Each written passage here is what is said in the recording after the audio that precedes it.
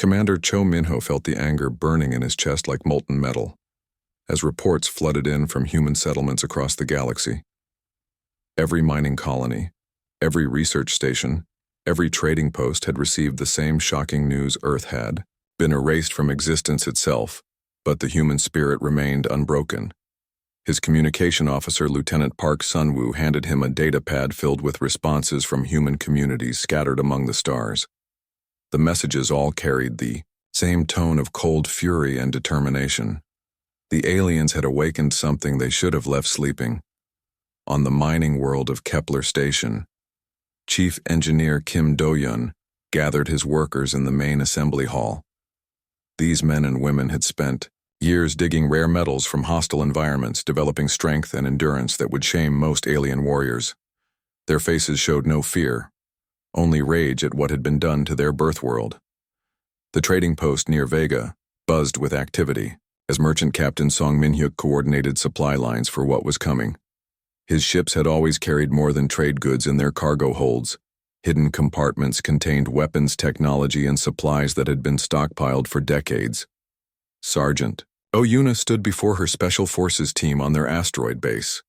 These soldiers represented the next evolution of human warfare.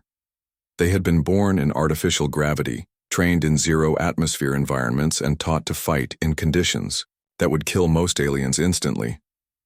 Their bodies had adapted to the harshness of space itself. The team members checked their equipment with practiced efficiency. Each soldier carried weapons that operated on principles most alien species had, never encountered: personal force field generators, dimensional phase shifters, and ammunition that could punch through any known armor. Dr. Kang Hyun worked in his secret laboratory, hidden deep within Europa, one of Jupiter's frozen moons. His research had focused on quantum weapon systems that existed in multiple states simultaneously. These devices could strike targets that were in different dimensions or phase states, making conventional defense impossible. The laboratory hummed with energy. As production lines activated for the first time in years, automated systems began constructing ships that could appear and disappear at will. Their hulls were made from materials that existed partially in normal space and partially in quantum. Fomon Titan Professor Lim Mira decoded alien transmission intercepts in her underground research facility.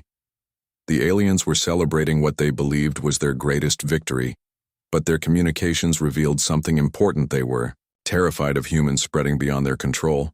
Her analysis showed that the Alien Council had been planning this erasure for decades, studying human expansion patterns and growing increasingly desperate to stop them. The erasure of Earth was not an act of strength but of fear. Major Han Ji-yeon commanded a fleet of ships that operated from hidden bases in asteroid fields and gas giant atmospheres. These vessels had been designed to be invisible to alien sensors using technology based on dimensional manipulation.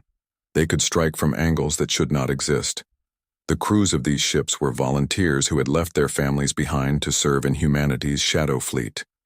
They knew they might never see their loved ones again, but they also knew that someone had to stand between humanity and those who would destroy them.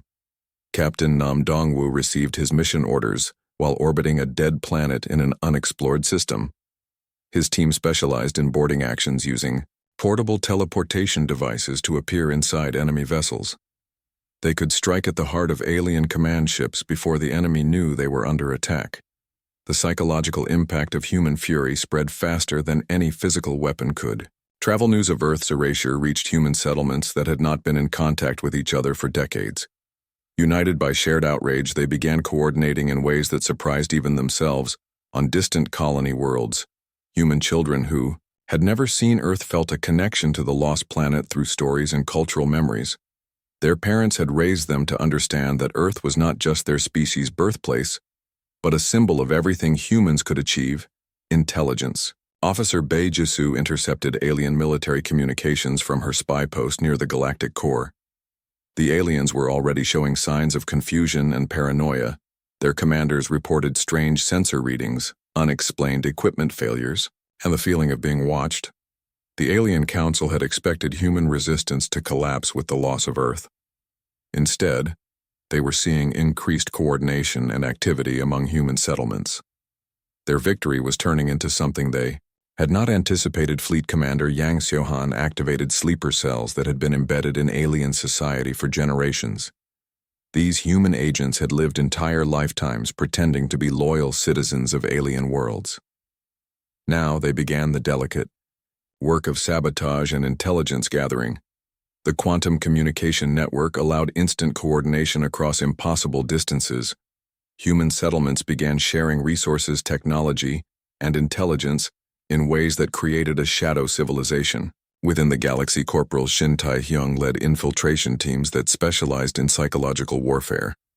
They would appear in alien territories just long enough to plant evidence of human presence, then vanish without a trace. The goal was to make the aliens understand that humans could be anywhere at any time.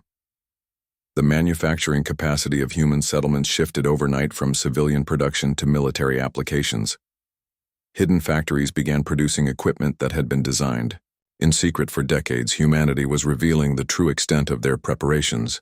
Commander Wan Hyaram discovered something remarkable in captured alien databases. The species that had erased Earth were themselves refugees from an even greater threat. They had fled to this galaxy and systematically eliminated potential rivals to hide their own presence. This knowledge changed the nature of human planning. They were not just fighting for revenge, but to uncover the truth about why Earth had been targeted.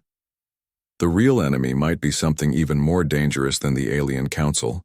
As reports continued flowing in from across the galaxy, it became clear that humanity possessed something their enemies had not expected: unity born from shared loss. Every human settlement, regardless of how isolated, felt connected to the greater human cause.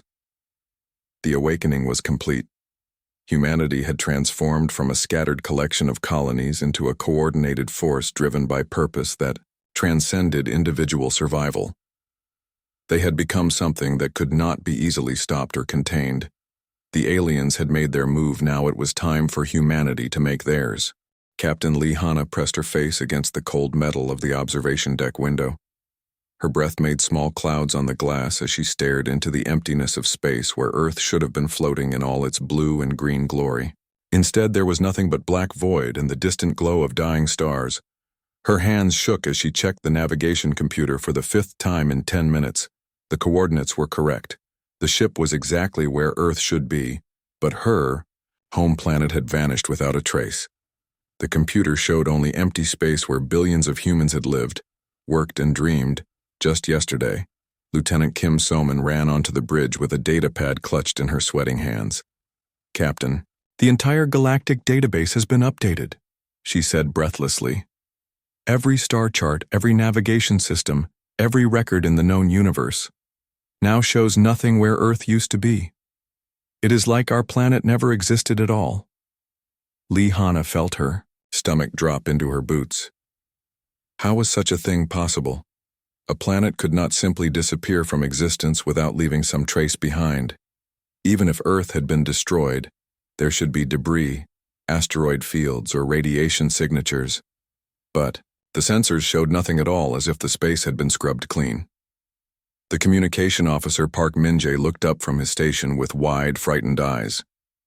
"Captain, I am receiving reports from all human colonies throughout the galaxy. Earth has vanished from every database, every map, every historical record. It is like someone erased our homeworld from reality itself, deep beneath the surface of what used to be Seoul." Director Park Jin-ho sat in a chair that vibrated with the hum of massive machines surrounding him. The underground facility existed in a pocket dimension that the Alien Council could never detect or access. His fingers danced across holographic controls as he watched Earth flicker between dimensions like a candle flame in the wind. The erasure protocol had worked exactly as his scientists predicted. The Alien Council believed they had eliminated Earth forever, but they had only pushed it sideways into parallel space. Human engineers had spent decades preparing for this moment, building technology that could hide their homeworld in the spaces between realities. Dr. Yoon Mira stood beside a massive quantum computer that processed information from 17 different dimensions simultaneously. "Director, the aliens are celebrating across their networks," she reported. "They think they have solved the human problem permanently. They have no idea that Earth still exists, just shifted out of their detection range park. Jinho smiled grimly. The Alien Council had made the same mistake that every enemy of humanity had made throughout history. They assumed that humans were like other species dependent on a single world for their survival and identity. They could not have been more wrong. Major Han Jian coordinated communication arrays that connected to every human settlement across the known galaxy. Her fingers moved rapidly across the controls as she sent coded messages to mining colonies, trading posts, research stations, and military outposts. The message was simple and direct. They took our home, now we take everything. The response came back faster than anyone expected. Human settlements from the outer rim to the galactic core confirmed they had received the message and were ready to act. Every human in the galaxy felt the same burning anger in their hearts. The aliens had crossed a line that could never be uncrossed. Commander Cho Minho received the activation codes on his hidden base near the Veil Nebula. Around him, dozens of specially trained soldiers checked their equipment and prepared for operations that would make the Alien Council regret their decision. His team had been training for this moment their entire lives. The humans scattered across the galaxy were not the same people who had left Earth generations ago. They had adapted to low-gravity environments, learned to fight in vacuum, and developed skills that would terrify most alien species. They had grown up knowing that someday they might need to survive without their homeworld. Sergeant Oyuna gathered her special operations team in the briefing room of their asteroid base. These soldiers had never even seen Earth with their own eyes, but they felt connected to it through stories, legends, and the shared human experience of exploration and survival. The quantum communication network that connected all human settlements operated on frequencies that alien technology could not detect or intercept. It allowed instant coordination across vast distances using principles of physics that most species had not yet discovered. Captain Nam Dongwu prepared his stealth ships for operations that would test the limits of human engineering and alien paranoia. His vessels could phase between dimensions, making them invisible to conventional sensors. They could appear anywhere at any time without warning. The Alien Council held victory. Celebrations on a dozen worlds, believing they had finally eliminated the greatest threat to their dominance. They raised toasts to the end of human expansion and the security of their territories. But their celebrations were premature. Professor Lim Mira worked frantically in her laboratory on Europa, analyzing the quantum signatures left behind by the erasure technology. She had discovered something incredible. The aliens had not destroyed Earth. They had simply moved it to a parallel dimension. This meant the process could be reversed. The discovery changed everything. If Earth could be brought back, then the same technology could be used against the aliens themselves. The hunters were about to become the hunted, and they had no idea what was coming. Intelligence reports flowed in from human agents, embedded throughout alien society. The council members were already arguing about what to do next. Some wanted to eliminate all remaining human colonies, while others believed the threat had been neutralized. But the humans knew something the aliens did not. Every human settlement, every mining operation, every trading post had been designed to operate independently. Earth had been their birthplace, but it was not their only source of strength. The real war was about to begin, and humanity had advantages the Alien Council could never imagine. They had spread across the galaxy like seeds on the wind, taking root in places where other species could not survive. They had become something new, something that could not be easily destroyed. As Captain Li Hana stared into the empty space where Earth had been, she felt something stirring in her chest. It was not despair or fear, but determination. The aliens had made a terrible mistake. They had given humanity a reason to fight with everything they had. The message spread through quantum channels to every human in the galaxy. Earth was gone, but humanity remained. And now they would show their enemies what it really meant to face a species that refused to die. The first alien command ship disappeared without sending a distress signal or leaving any trace of what had happened to it. One moment, the massive vessel was patrolling the outer rim of their territory. The next moment, it simply vanished from all sensors, as if it had never existed at all. Captain Nam Dongwu smiled grimly as his boarding party materialized inside the ship's bridge, using dimensional phase technology. The alien officers barely had time to register human shapes appearing out of thin air before stun weapons dropped them to the deck unconscious but alive. His team moved through the alien vessel like ghosts in the machine. They knew exactly where to find the critical systems because human intelligence had been studying alien ship designs for decades. Within minutes, they had disabled the engine's communication array and weapon systems. The captured alien crew would wake up hours later drifting in empty space with no memory of how their ship had been taken. Their own people would assume equipment failure or pilot error. The humans left no evidence of their involvement. Major Han Jian commanded a fleet that existed partially in normal space and partially in parallel dimensions. Her ships could observe alien movements without being detected, then phase into reality just long enough to strike before disappearing again. The dimensional warfare technology was based on principles that most alien species had never discovered. Their sensors could detect normal, matter and energy, but they had no way to track objects that existed in quantum superposition between multiple states of reality. Lieutenant Colonel Park Sun-woo led raids on alien supply convoys using ships that appeared from nowhere. His teams would materialize next to cargo vessels long enough to steal critical supplies, then vanish before escort ships could respond. The aliens began seeing human attackers everywhere, even when none were present. The psychological impact was devastating. Alien crews reported human ships in sectors where no humans should exist. Sensor operators claimed to detect human energy signatures that disappeared when investigated. Military commanders received conflicting reports that made no logical sense. Corporal Shin Tae-hyung specialized in infiltration missions that pushed the boundaries of what should be possible. His team used holographic disguises to appear as alien civilians while planting evidence of human presence on worlds that had never seen a human visitor. The evidence was carefully chosen to create maximum paranoia without revealing actual human capabilities.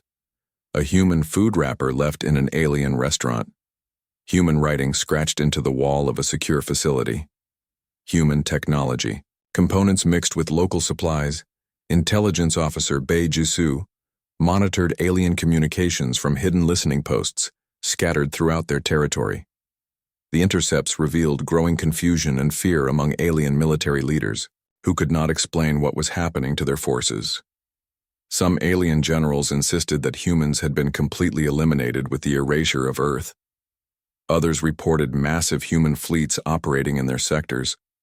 The contradiction was driving their command structure toward breakdown as officers accused each other of incompetence or lies. Dr. Kang Hyun perfected weapons that operated across multiple dimensions simultaneously. A single shot from these devices could strike targets in normal, space-parallel dimensions and quantum states all at once, making conventional shields and armor completely useless. The manufacturing facilities on Europa and Titan worked around the clock, producing equipment that existed partially outside normal physics. Human engineers had learned to manipulate the fundamental forces of reality in ways that alien science could not comprehend. Or Counter-Commander Cho Min-ho received reports of successful operations from teams scattered across the galaxy. Each mission followed the same pattern: strike without warning, leave no trace, and ensure the aliens questioned their own senses and capabilities. The Ghost War was working exactly as planned. Alien forces were becoming paranoid and ineffective as they tried to fight an enemy they could not see, predict, or understand. Their advanced technology meant nothing against opponents who attacked from dimensions they did not know existed. Fleet Captain Song Min-hyuk used modified cargo ships to deliver supplies and reinforcements to human teams operating behind enemy lines. His vessels appeared to alien sensors as standard merchant traffic, but their cargo holds contained weapons, equipment, and personnel. The supply network operated through hidden jump points and dimensional gates that allowed instant transportation across vast distances. Human forces could be reinforced or relocated faster than alien intelligence could track their movements. Sergeant Oyuna led boarding actions against alien research facilities where scientists were trying to develop countermeasures against human technology. Her teams would appear inside secure laboratories, steal critical data, and disappear before security forces could respond. The stolen information revealed that alien scientists were completely baffled by human dimensional manipulation technology. They could observe its effects, but they could not understand the underlying principles or develop effective defenses. Major Yang Xiaohan coordinated simultaneous attacks across 17 different star systems. Human teams struck at the same moment, local time creating the impression of a massive coordinated assault while using only small specialized units. The aliens began withdrawing their forces from isolated outposts and consolidating their fleets around major population centers. This defensive posture played directly into human hands by reducing their patrol coverage and intelligence-gathering capabilities. Captain Kim Do-yun tested new weapons that could phase solid matter through alien armor and shields. The technology allowed human ammunition to pass through defensive systems and strike vital components directly. Alien ships began suffering catastrophic failures for no apparent reason. The weapons systems were based on research into quantum tunneling effects that made matter temporarily insubstantial. Human projectiles could pass through solid barriers, then return to normal state inside the target, causing devastating internal damage. Lieutenant Juan Hiram discovered that alien communication networks were vulnerable to dimensional interference. Human jamming devices could disrupt their messages while remaining completely invisible to their detection systems, the AI. Communication disruption created chaos in alien military coordination. Orders were lost, delayed, or corrupted. Units found themselves cut off from command structure and forced to make decisions without proper intelligence or guidance. Professor Lim Mira analyzed captured alien technology and found critical weaknesses in their detection systems. They had never encountered enemies who could attack from parallel dimensions, so their sensors had blind spots that humans could exploit. Her research revealed that alien defensive systems were designed around threats that existed in normal space-time. They could track conventional ships and weapons, but they were helpless against attacks that came from outside their understanding of physics. The invisible war was succeeding beyond all expectations. Alien forces were demoralized, confused, and increasingly ineffective. Their technological superiority meant nothing when they could not locate or engage their enemies. As reports flowed in from across the galaxy, it became clear that humanity had achieved something unprecedented. They were fighting a galactic power using guerrilla tactics that turned the aliens' advanced technology against them. The enemy who had erased Earth was learning that humans could not be eliminated by conventional means. They had awakened a force that could strike from the shadows using weapons and tactics that challenged the basic assumptions of warfare itself. The war was invisible to most observers, but its effects were becoming impossible to ignore. Alien confidence was cracking under the pressure of fighting enemies they could not see, understand, or defeat. Admiral Yang Xiaohan emerged from the dimensional shadows with news that would change everything about the war. Humanity thought they were fighting. His stealth ship materialized in the hidden command center beneath what had once been soul-carrying intelligence that made even the most experienced human commanders question everything they believed. The captured alien prisoners had finally broken under interrogation, not through torture, but through the simple psychological pressure of being questioned by people who should not exist. According to their own records, humans had been erased from reality. Yet here they were asking pointed questions about alien society. Colonel Park Min-ji studied the decoded alien files with growing amazement. The species that had erased Earth were not conquerors or empire builders. They were refugees fleeing from something so terrible that they had spent centuries systematically eliminating potential allies rather than risk drawing attention to their location. The files revealed a pattern of behavior that stretched back thousands of years. Whenever a new species achieved interstellar travel, the Alien Council would study them carefully. If the species showed signs of rapid expansion or technological advancement, they would be quietly eliminated before they could become a threat commander. One Hiram discovered the most shocking truth buried deep in the alien archives. The Council had been responsible for the disappearance of at least 47 different species over the past millennium. Each erasure had been carefully planned and executed to look like natural disasters or internal conflicts. The evidence was overwhelming. Species that had reached the edge of developing faster than light travel suddenly suffered massive solar flares that sterilized their homeworlds. Civilizations on the verge of quantum breakthrough experienced planet-wide plague outbreaks that left no survivors. Dr. Yoon Jaemin analyzed the pattern and realized something terrifying. The aliens were not eliminating species because they were evil.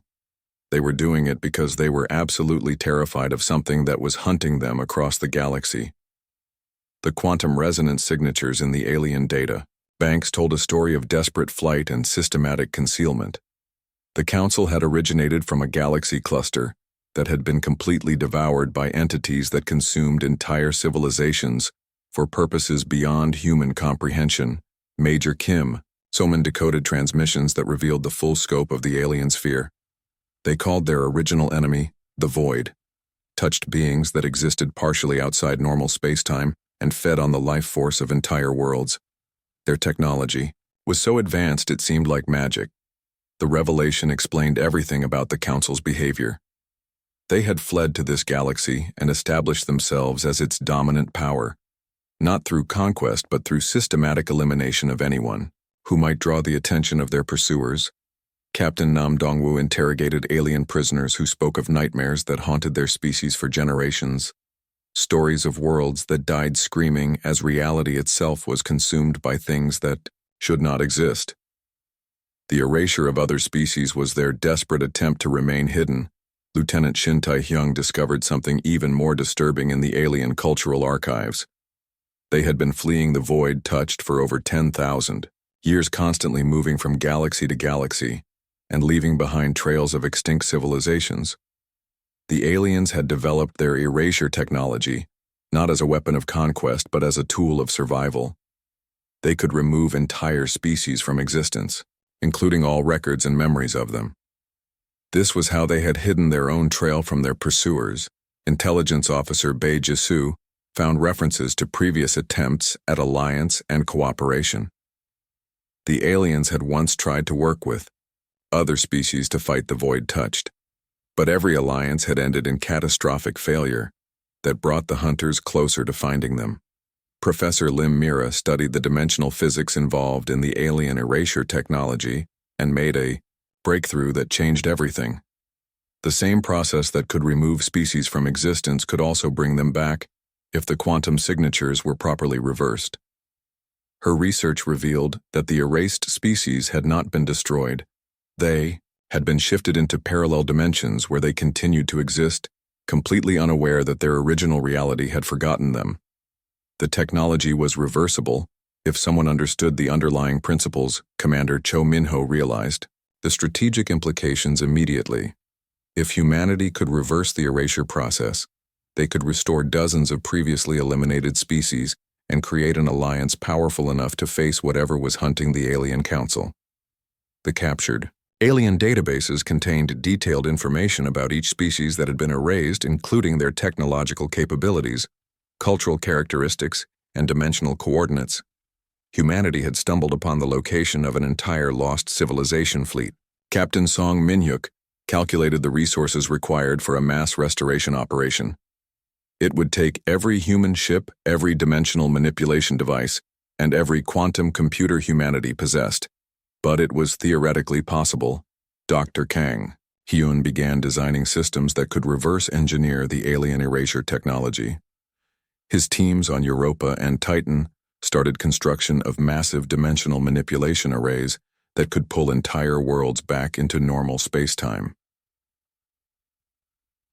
The revelation completely changed human strategic thinking. They were no longer fighting for revenge against the species that had erased Earth. They were potentially fighting to save an entire galaxy from something far worse than anything they had previously imagined. Major Han Ji-yeon received reports from human agents embedded in alien society. The council members were showing increasing signs of paranoia and desperation, not just because of human attacks but because they believed their original enemies might have found them.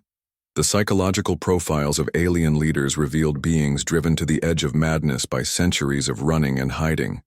They had eliminated so many potential allies that they had become isolated and vulnerable exactly when they most needed strength, through unity. Captain Kim Do-hyun analyzed alien defensive preparations and realized they were not just defending against humanity. They were preparing for something else, something that made human stealth attacks seem minor by comparison. The alien military buildup included weapons and defenses designed to work against entities that operated outside normal physics. Their technology was specifically calibrated to detect and combat threats that existed partially in other dimensions. Sergeant Oyuna led infiltration missions to alien research facilities, where scientists were working frantically on projects that had nothing to do with fighting humans.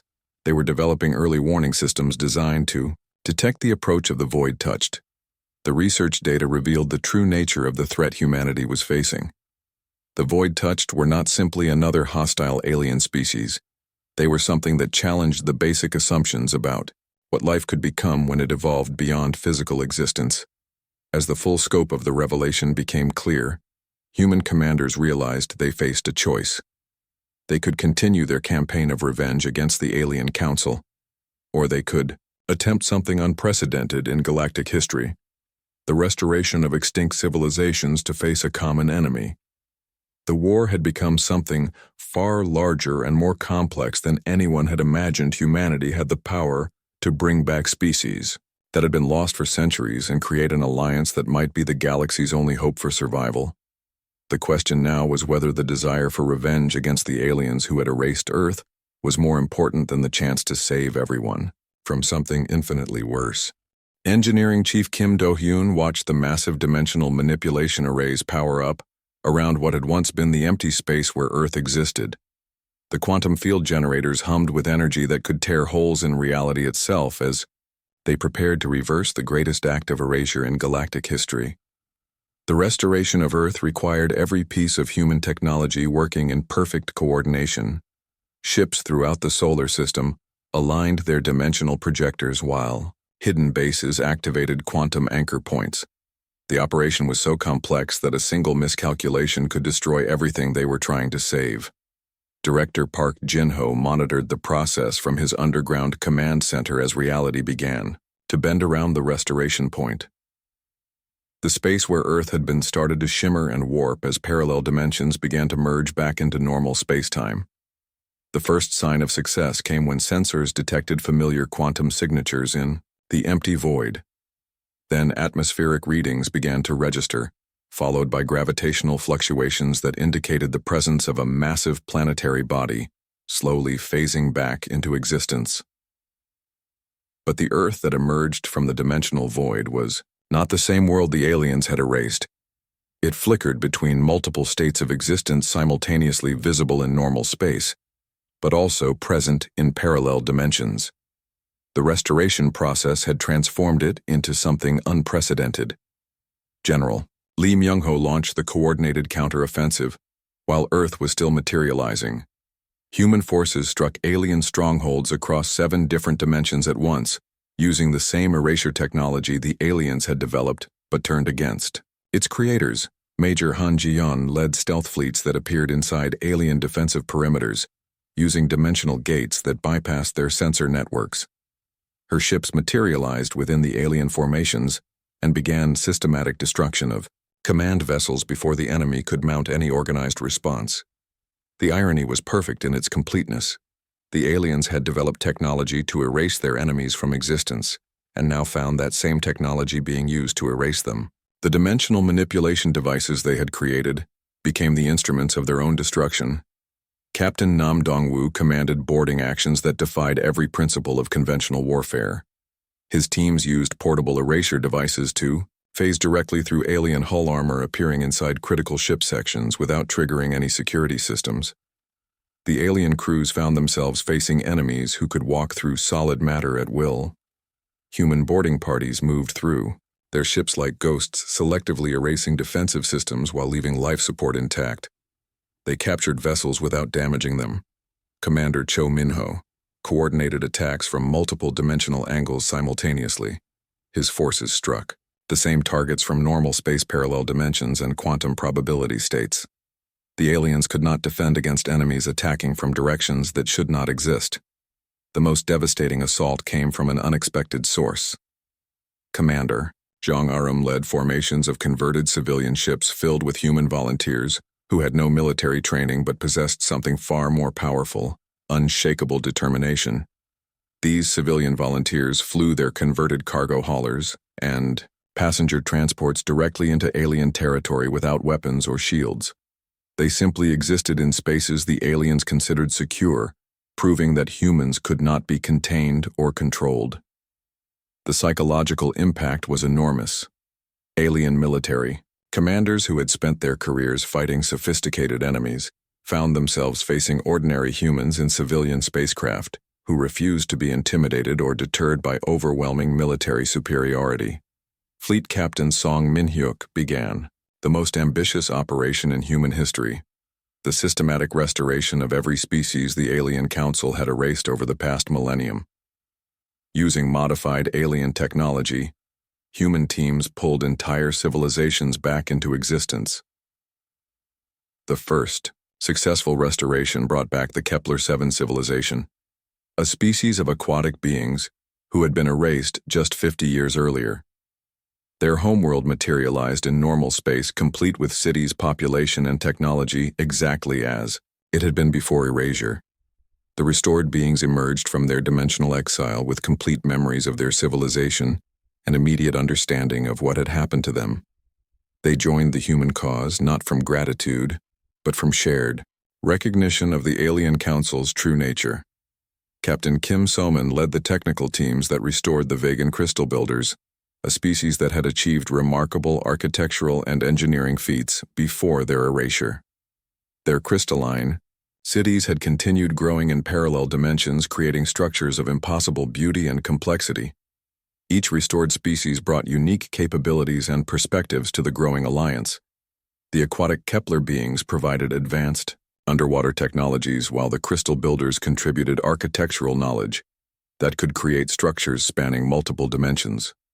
Dr. Yoon Jae-min perfected the restoration process until human teams could bring back entire star systems. In coordinated operations, multiple worlds belonging to the same civilization were restored simultaneously, preventing any disruption to their social and economic structures. The restoration operations created a cascading effect throughout the galaxy. As more and more lost civilizations returned to normal space, each species that came back brought knowledge of others who had been erased, creating a comprehensive map of the councils. Victims Lieutenant Colonel Park Sun-woo discovered that some erased species had continued to develop technology during their dimensional exile.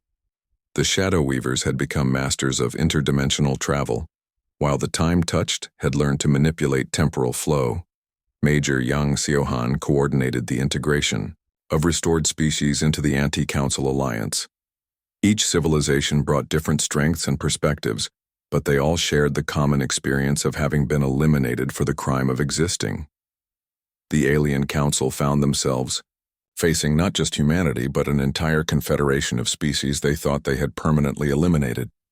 Their strategy of systematic erasure had created a massive alliance of enemies who understood their methods and motivations. Intelligence. Officer Bae-ji-soo intercepted alien communications, showing complete breakdown of their command structure. Council members were abandoning their territories and fleeing toward the galactic core as they realized the scope of what humanity had accomplished. The HFY restoration of erased species accelerated as human teams gained experience with the technology. Entire sectors of the galaxy that had been empty for centuries suddenly filled with returning civilizations eager to reclaim their lost territories. Commander Won Hyerim led diplomatic missions to newly restored species, explaining the situation and offering alliance against both the Council and the greater threat of the Void. Touched. Every species agreed to join the Confederation. After learning the full truth, Professor Lim Mira calculated that humanity had restored over 30 different civilizations within 6 months of beginning the counterstrike. The galactic balance of power had shifted completely as the Council's victims outnumbered their oppressors. The counterstrike reached its climax when human forces surrounded the Council's remaining strongholds. The aliens, who had once seemed invincible, found themselves trapped by the very species they had tried to eliminate from existence. As the battle lines formed around the final alien positions, it became clear that the war was entering a new phase. The Council faced not just defeat, but the complete reversal of everything they had accomplished through centuries of systematic erasure. The galaxy was about to witness the final confrontation between those who had tried to eliminate entire civilizations and the civilizations that had returned to demand justice. The counterstrike had succeeded beyond all expectations, but the hardest choices still lay ahead. Ambassador Choi Ye-jin stood before the reformed Galactic Assembly, representing not just humanity, but every species the Council had tried to erase from existence. The Great Hall buzzed with voices speaking in languages that had been silenced for centuries as beings who should have been extinct took their places among the living. The alien council members sat in what had once been positions of authority, but were now defendant chairs, facing judgment from civilizations they had believed eliminated forever. Their faces showed the hollow exhaustion of beings who had spent millennia running from their past. Director Najiwan presented the evidence compiled from thousands of hours of investigation: the systematic erasure of species, the manipulation of galactic records, the creation of false historical narratives that painted the Council as liberators rather than refugees hiding from their own failures. The truth emerged piece by piece like a puzzle assembled from fragments scattered across time. The alien council had not been conquerors seeking to dominate the galaxy. They had been survivors of a catastrophe so complete that it had driven them to destroy potential allies, rather than risk discovery by their pursuers.